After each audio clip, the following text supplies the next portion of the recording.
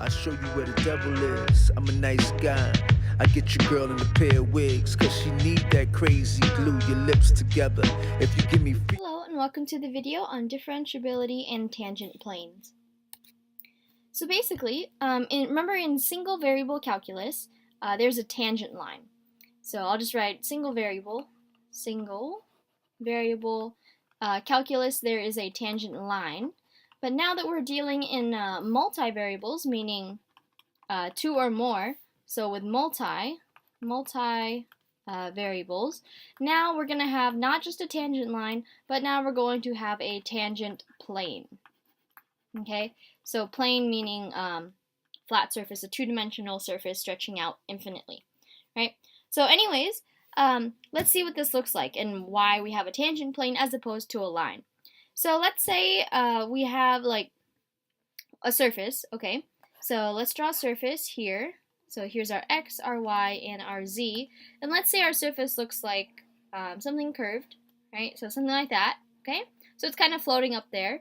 And let's say we pick a point with the coordinate a, b, so something here, and then it comes up and it comes right here, okay? And this is our f of xy graph, f of xy.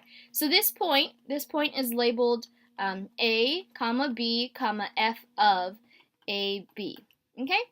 All right, so that's our point P, I'll call it, okay? That's our point P there.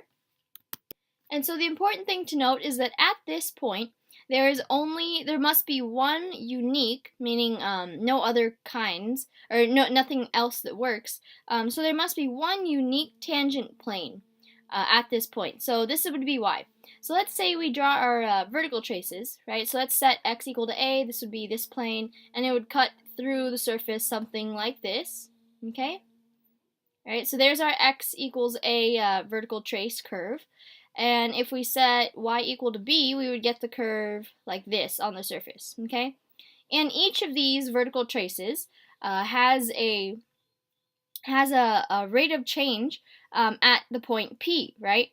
So in the when you hold x equal to a, or when you hold x constant, so when holding x equal to a, that means it's constant and y is changing. So that means that our slope at the point P of this vertical trace curve would be determined by f sub y. That shows you when y changes, when y is varying or changing, that tells you how much is our function changing, right? And conversely, if we set y equal to b, which is this trace curve here, the one kind of going away from us, if we do that, then we can measure our rate of change, or the slope, like that, with our f sub x, right? That's the partial derivative with respect to x. So that tells you if x is changing, how much is our function changing. Okay? So anyways, so see these two lines that I just drew here, the tangent lines, well, the lines tangent to our vertical trace curve separately. These two lines here, they form a tangent plane, okay? So it's kind of like if you were to hold a really flat sheet of paper, or like a what do I call it? Like a cardboard or something, right at that point, and just touch the graph or the surface at that one point. This is what it's formed by. So basically, our tangent plane, I'll draw it on the next slide. So I'll just draw like a blown up version of it. So let's say we have something like this, right? And here's our point P. So there's P. This is our vertical trace curve in the x equals a direction. This was the one where y equals b. Then we have our tangent lines. Okay, so that one's for the y equals b one, and this is for the x equals a. So anyway, so these lines here, those two lines, they form our tangent plane to the surface at point P. Okay, so this thing is the tangent plane, plane, and again, this is unique, meaning there are no other solutions. And so the tangent plane, this is the important part, contains or is formed by, or is formed by the tangent lines to the vertical trace curves,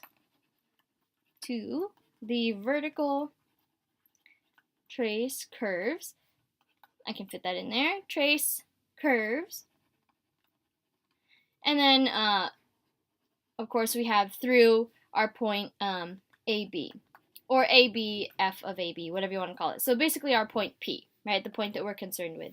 Okay, so that's how it looks pictorially. And again, this tangent plane, just as a tangent line touches a curve only once, or at one point, the tangent plane touches the surface, this surface, the curvy surface, at only point P. Okay?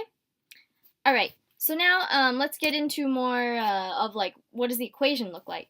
So let's write that down. So we have the equation for the tangent plane. So this is actually going to come from, or the process, I guess, of finding the equation for the tangent plane comes from linearization, or linearization, however you want to say it. So linearization, okay, that basically means making things into a line, or something looking like a line or resembling a line.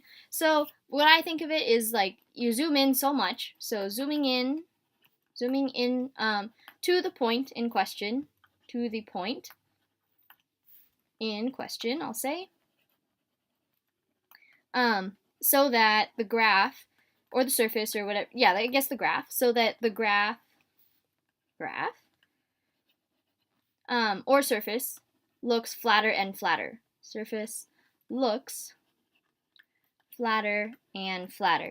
And in single variable calculus, linearization would be zooming into a curve so much that it starts to look like a line, right? So then it'll look like this, and then if you draw an even smaller box, then it'll start looking like a line.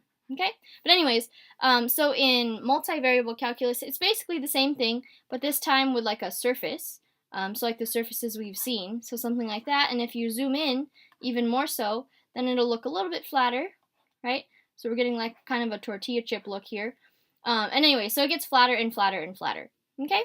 So equation-wise, our linearization, which is also the equation for the tangent plane, is going to look like this. So our L of xy.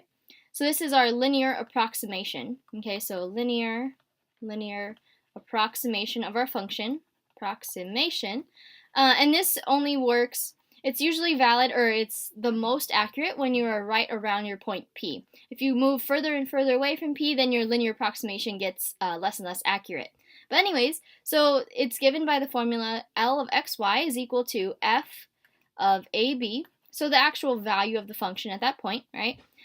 Plus, sorry, that plus sign was a little off there, plus the partial derivative with respect to x evaluated at that point, ab, times x minus a, and then plus f, or partial derivative with respect to y evaluated at ab times y minus b. Okay?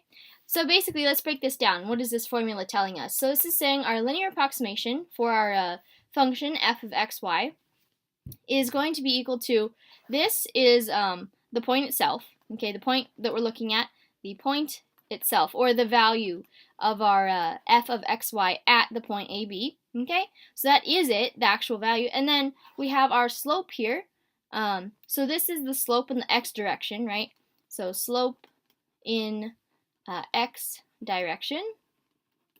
This one tells us how much the function is changing with response to, or in reaction to changes in the x value. Okay, and then this is like how much we changed in the x direction. Okay, and then this one here, this is the slope in the y direction. And the y minus b tells you how much you changed from that AB point in the y direction. Okay, so anyway, so this is our linear approximation.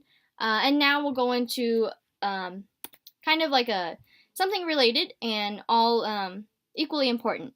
So this is called the error condition. So condition. Because as you saw in the last slide, we were doing a linear approximation. So whenever you're doing something to approximate something, or to kind of like estimate in a way, you're going to have a little bit of error. Like something that you either don't get or you overestimate or something like that. So anyway, so let's see. Again, I'll draw our graph here. So we have our x, y, and z. And let's say we have our surface. Okay, here's a curvy surface. And then here's our point P. Okay, so here's one of the vertical trace curves, and here's the other one. Okay, so let's say our tangent plane is up here. Okay, something like that. Okay, so there we are. There's our tangent plane to the surface at that point, the dot here. Okay, and now, so let's call this point P, all right? And then, so point P, again, if we make it A, B, F of AB, okay? So we have something like that. So if we were to drop it down onto the XY plane, this would be the point A, B, 0, right? Because it has a height of 0 in the Z direction. So this is our A coordinate, A there, and this is B, and then that would be F of AB. Anyways, okay, so basically, what is error? That means like our tangent plane has the equation L of xy, the thing that we just saw in the last slide, right? The F of AB plus F sub x of AB times x minus A plus F sub y evaluated at A comma B multiplied times y minus b. Anyways, I was just saying the equation again to refresh your guys' memory. And then, so this is the equation of that tangent plane. The surface, the actual curvy thing, is still f of xy, which is equal to our z, right? That's our original height. That's the actual value of the surface at each of those points. And now, let's say we want to use this linear approximation for to approximate a point somewhere over here. Okay, I just filled that in right there. It might be a little bit hard to see, but I tried to make the dot big. Okay, so let's say we want to approximate that, and on our L of xy graph, that's where it is, but actually, we're off by this much. Okay, so at this point, if we drop it down onto the xy plane, so now we're at x, y, 0. Okay, so we're at some other point. We're at some point other than a, b, 0.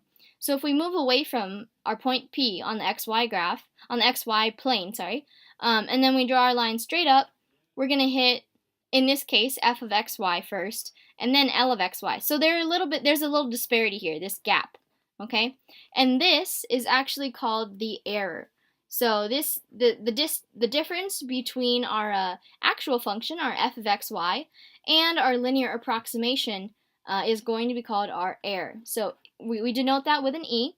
So E of xy, error, is equal to the difference between the actual function, the actual value of our function, minus our linear approximation, whatever that gives us. Okay? So what we want is to actually like minimize this error, right? We don't want to be too off or like way off. But how do we measure that? Like what's the cutoff point? So what we're going to do is say that we want this error, we want the error to tend to 0 faster than, we're going to compare it to something, than the distance, there we go, between our point xy to AB, to the point AB. So basically what that means by the distance, I just drew a line here. So the distance on the xy plane. So this is D. So as D shrinks, in other words, as D shrinks, the distance between these points down here, we want that this disparity, this error between the linear approximation and our function, we want that to shrink faster than the distance is. Okay, we want that to disappear or kind of like vanish, right? So more formally, this is what we want. So the way we compare these rates, the rates of decrease actually, are taking the limit as xy goes to AB, because we want, remember, so we're having our xy point. This is just some random point other than AB. And as it gets closer and closer to our point P, this is our point P, right? Then we want our error, so I'll put the error on top here, to shrink or to decrease faster than the distance between our xy point and our AB point. So the distance formula, we're going to implement that here. So everything on the bottom is measuring, that's basically our distance, right? So this is distance, okay, and this is our error. So what we want is this entire limit to go to a big fat 0, right? And why is this? Because if we want our limit to go to 0, that means that our our error, is smaller. It has a smaller growth rate. Okay, so smaller, and the bottom is comparatively larger. Okay, which is what we want, right? We want the error to shrink, to become even smaller than the distance is shrinking. Okay? Alright, so that's it for the error. And now we'll move on to something else. I span land with small motions, I toast oceans, I hoist open gates to soundscapes that trigger thoughts. Drunken master after brew that I swig a lot, black man.